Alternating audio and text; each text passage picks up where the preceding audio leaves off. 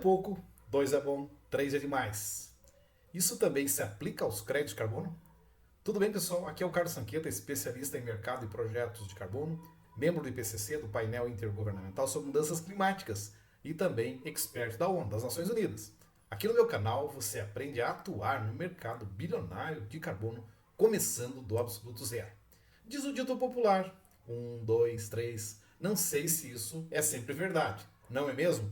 Agora, te digo que na Lei 15042, que instituiu o SBCE, Sistema Brasileiro de Comércio de Emissões, e criou o mercado regulado de carbono no Brasil, existem dois tipos de crédito de carbono, dois tipos de ativos de carbono, que nós vamos explicar aqui. Mas por que isso? Qual o sentido? Não poderia ser somente um tipo? Vamos ver. Bom, existem dois tipos de ativos previstos no artigo 2º do SBCE, da Lei 15042, que criou, instituiu o Sistema Brasileiro de Comércio e Emissões. O primeiro tipo é o Certificado de Redução ou Remoção Verificada de Emissões, CRVE.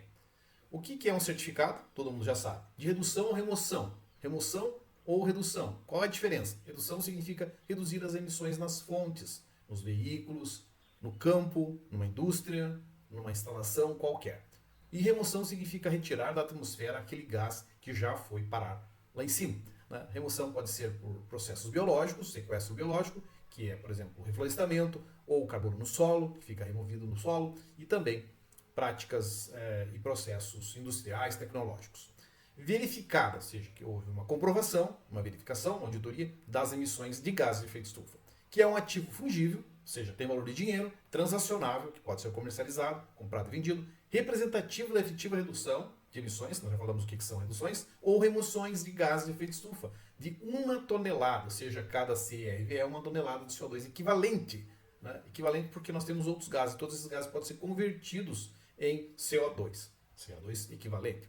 Seguindo metodologia credenciada, ou seja, precisa ter uma metodologia que quantifique isso, que defina, né, essas emissões e essas reduções e remoções. E com registro efetuado no âmbito do SBCE, nos termos de ato específico do órgão gestor do SBCE. Então vai ter um órgão gestor que vai fazer esse credenciamento e esse registro. Ok?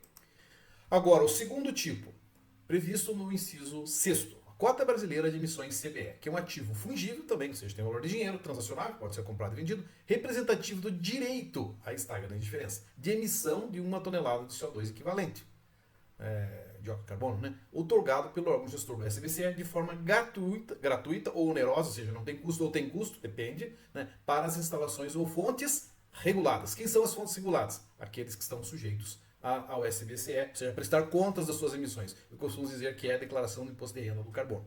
Ok? Fazendo uma analogia. Então, quem tem emissões acima de 25 mil toneladas terá uma cota, né, para reduzir suas emissões. E essa cota não poderá ser ultrapassada. Se for ultrapassada, tem que comprar de outro que conseguiu reduzir e cumpriu aquela cota. Mas existe, então, dois caminhos a serem seguidos pelos agentes regulados. Usar as cotas, que são permissões, são assim chamadas também, permissões de emissão, e os créditos de carbono clássicos. Eu vou explicar um pouco mais isso, para ficar um pouco mais claro. Então nós temos esses dois tipos de ativos de carbono, dois tipos de créditos de carbono.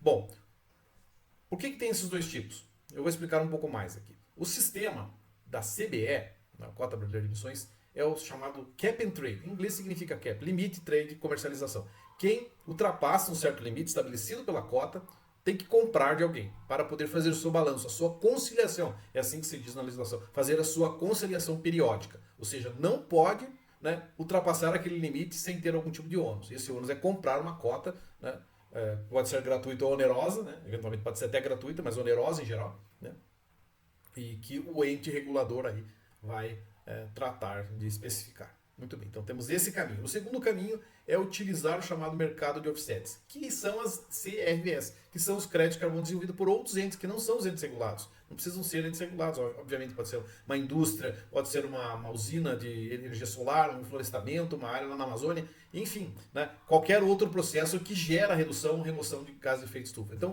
as CRVs advêm desses projetos, dessas atividades de redução ou remoção. Ao passo que o CBE vem desse processo de equivalência de conciliação periódica entre os entes regulados. Ok? Então nós temos dois tipos. E esses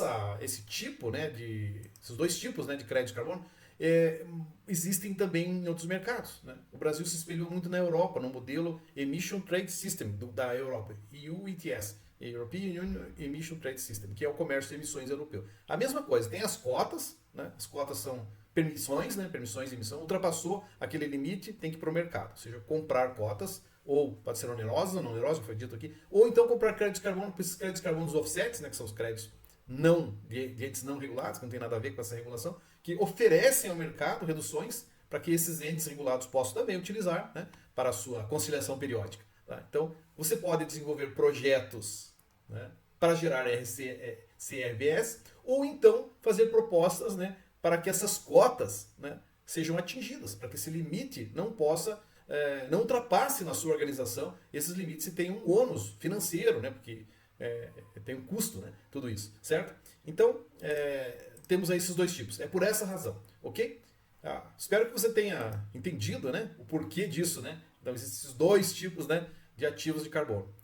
As cotas, CBE, e as CRVS, que são os créditos de carbono dos projetos avulsos, digamos assim, né, que não estão atrelados aos entes regulados e que oferecem, aportam, né, oportunidades também para que os entes regulados possam utilizar esses créditos. Por exemplo, uma indústria de São Paulo pode usar os créditos lá do Nordeste, lá do Rio Grande do Norte. Nada tem a ver com as cotas, né? As cotas ficam entre os entes regulados, né? Aquelas indústrias, aquelas empresas que estão reguladas pelo mercado. Ok? Bom, espero que você tenha entendido. Se você entendeu agora, porque tem dois tipos de crédito de carbono e gostou desse vídeo, né? Esse vídeo foi útil para você, espero que sim. Peço então aqui que você deixe o seu like e também compartilhe esse vídeo com todos os seus conhecidos, com todos os seus colegas, para que eles também possam se informar melhor. Ok? É isso então, pessoal. Até a próxima. Um grande abraço.